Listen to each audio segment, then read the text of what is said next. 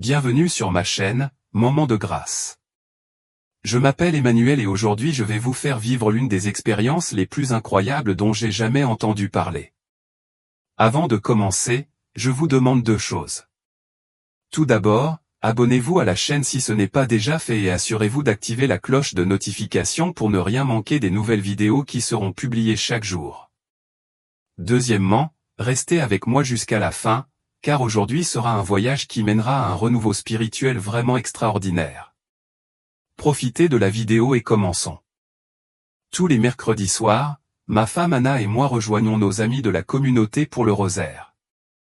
Notre église est une petite chapelle dans une ville canadienne tranquille, un lieu de paix où je trouve refuge et réconfort. J'ai été élevé dans une famille profondément chrétienne et je n'ai jamais remis en question ma foi. Pour moi, être chrétien signifiait assister à la messe, respecter les sacrements et vivre une vie juste selon les enseignements de l'Église.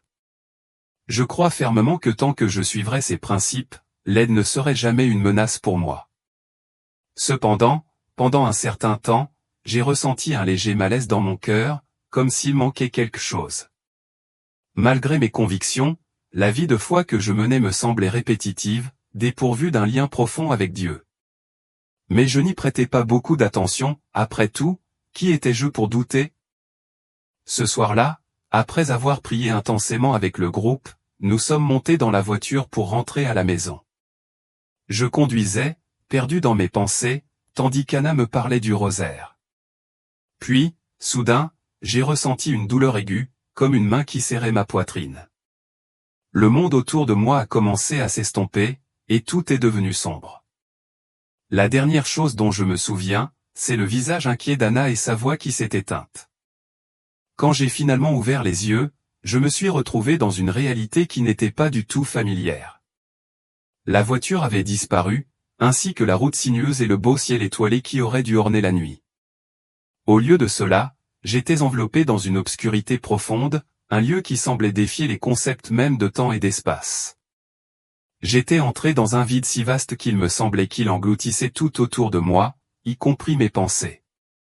L'air était épais et oppressant, faisant de chaque respiration une lutte, tandis qu'une cacophonie de cris angoissés emplissait l'atmosphère des voix imprégnées de désespoir et de souffrance sans fin.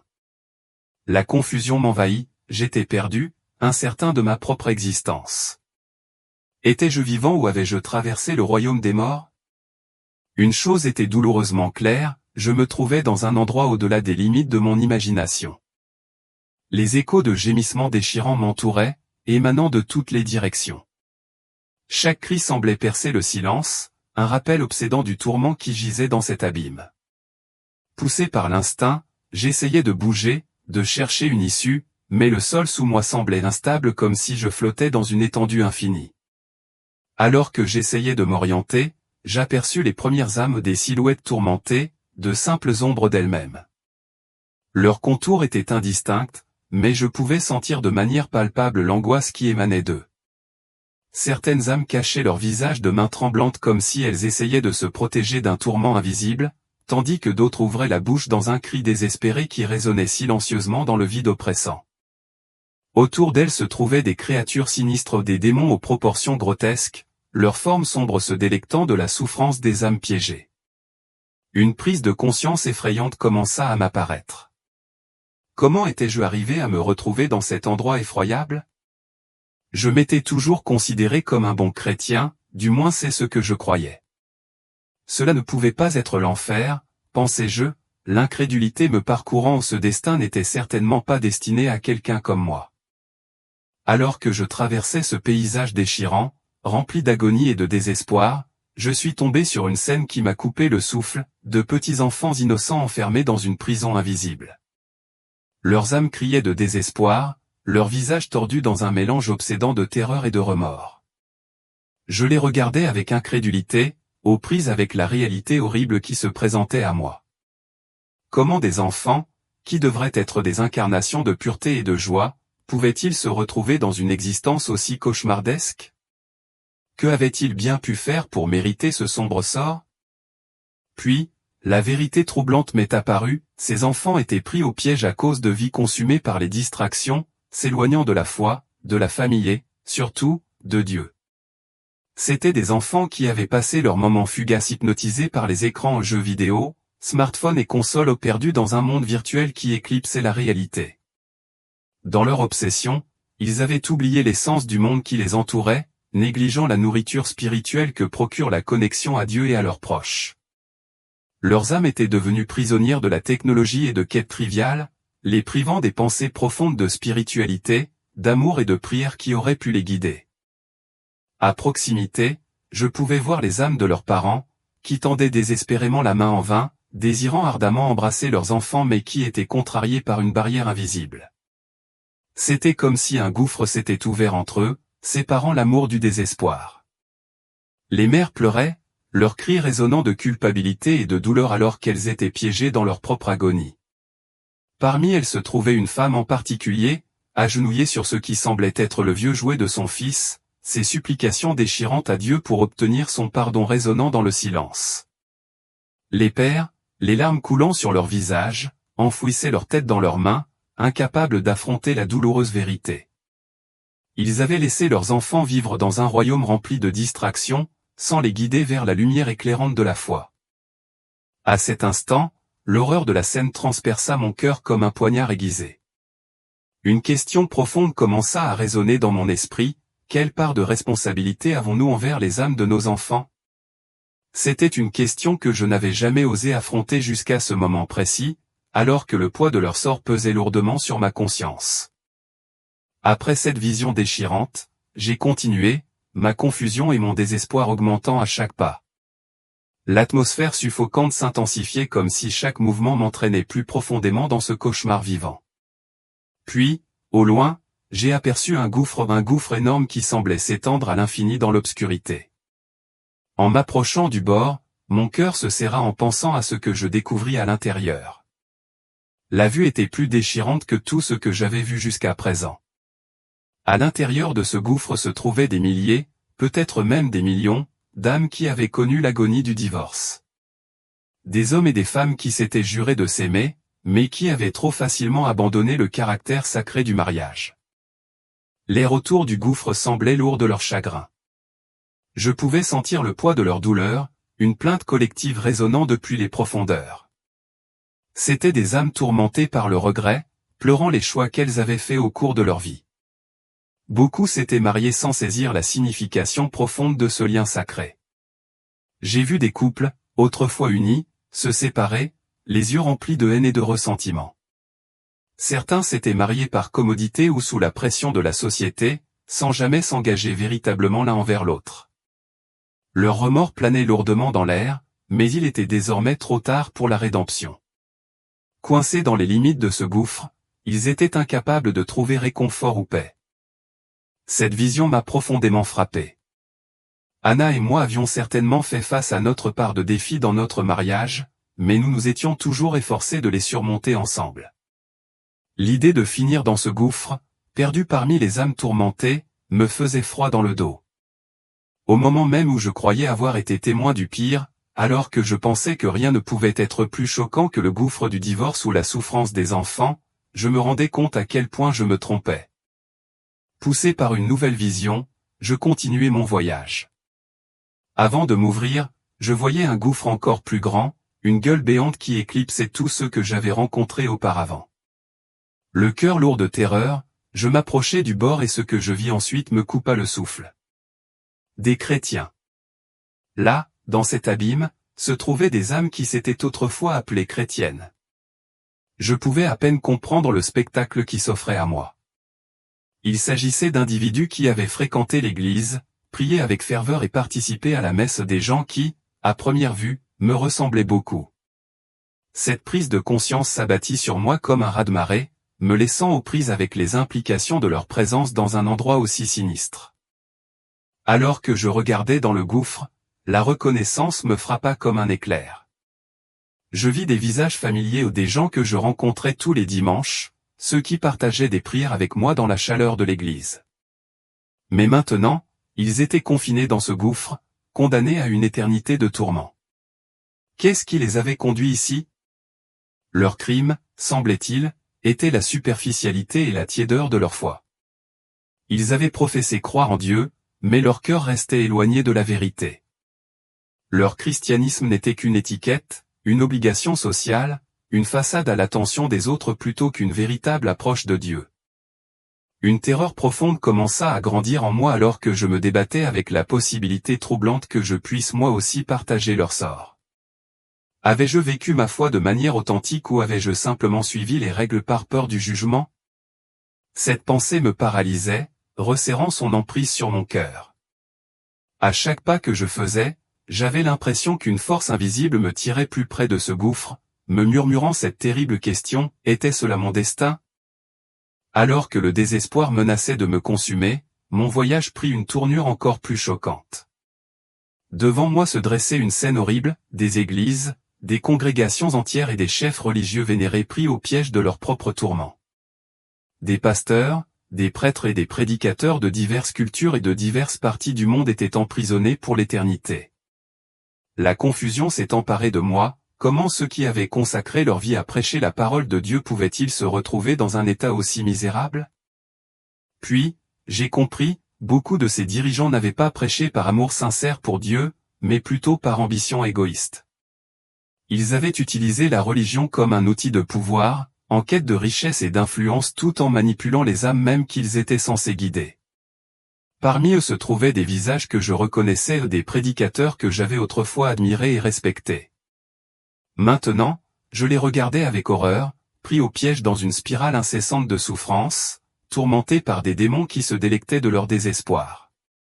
Certains avaient échangé leur âme avec le diable, abandonnant leur vocation sacrée pour un gain passager. Cette vision m'a laissé sous le choc, aux prises avec la dure réalité de leur sort et les lourdes implications qu'il impliquait pour ma propre foi. Certains d'entre eux avaient succombé à la corruption sans même s'en rendre compte, trompés par les murmures insidieux de la cupidité et de l'orgueil. Tandis que je me tenais là, l'horreur m'envahit tandis que je comprenais à quel point la frontière entre le bien et le mal est dangereusement mince, à quel point on peut facilement glisser dans les ténèbres tout en croyant qu'on marche toujours dans la lumière. La dévastation que je ressentais était profonde. Si même les chefs religieux étaient tombés si bas, qu'est-ce que cela signifiait pour moi? Quel espoir restait-il pour mon propre salut face à une telle désillusion? Alors que le désespoir menaçait de m'engloutir, quelque chose commença à changer dans mon cœur. Une lumière apparut, d'abord faible mais grandissant progressivement en force jusqu'à envelopper tout mon être. J'avais l'impression qu'une présence divine était descendue sur moi, comme si Dieu lui-même parlait directement à mon âme. Une voix intérieure émergea, m'exhortant à ne pas avoir peur, à ne pas laisser l'horreur de ce dont j'avais été témoin submerger mon esprit. À ce moment-là, j'ai commencé à comprendre que cette expérience n'était pas seulement une punition, mais plutôt une révélation. J'ai vu clairement le mal qui s'était infiltré dans le monde qui nous entourait, comment le diable s'insinuait sournoisement dans la vie des gens, érodant lentement leur foi jour après jour, souvent sans qu'ils ne s'en rendent compte. Alors que la lumière en moi continuait à s'étendre, j'ai acquis une nouvelle conscience. J'avais été témoin des conséquences auxquelles étaient confrontés ceux qui s'étaient éloignés de la vraie foi, mais cette lumière intérieure m'a assuré qu'il y avait encore de l'espoir que Dieu ne m'avait pas abandonné, l'espoir d'une rédemption. Cela ressemblait à une seconde chance, une opportunité de transformer ma vie, de vivre ma foi de manière authentique et de guider les autres loin des mêmes pièges qui avaient piégé tant de personnes. Puis, après avoir respiré profondément, je me suis retrouvé dans la voiture. J'étais en vie, miraculeusement indemne malgré notre collision avec un arbre. Bien que la voiture portait des signes de dommages, c'était beaucoup moins grave que ce que j'avais anticipé. Un profond sentiment de paix m'a envahi, une tranquillité que je n'avais jamais ressentie auparavant. À partir de ce jour, ma vie a subi une transformation radicale. Au début, je n'ai confié ma vision à personne, sauf à ma femme, Anna. Elle m'a écouté attentivement, son silence confirmant mes paroles, et a fini par me révéler qu'elle avait senti que quelque chose d'extraordinaire s'était produit cette nuit-là. Pourtant, elle a également reconnu que ce n'était pas le bon moment pour partager cette expérience profonde avec le monde.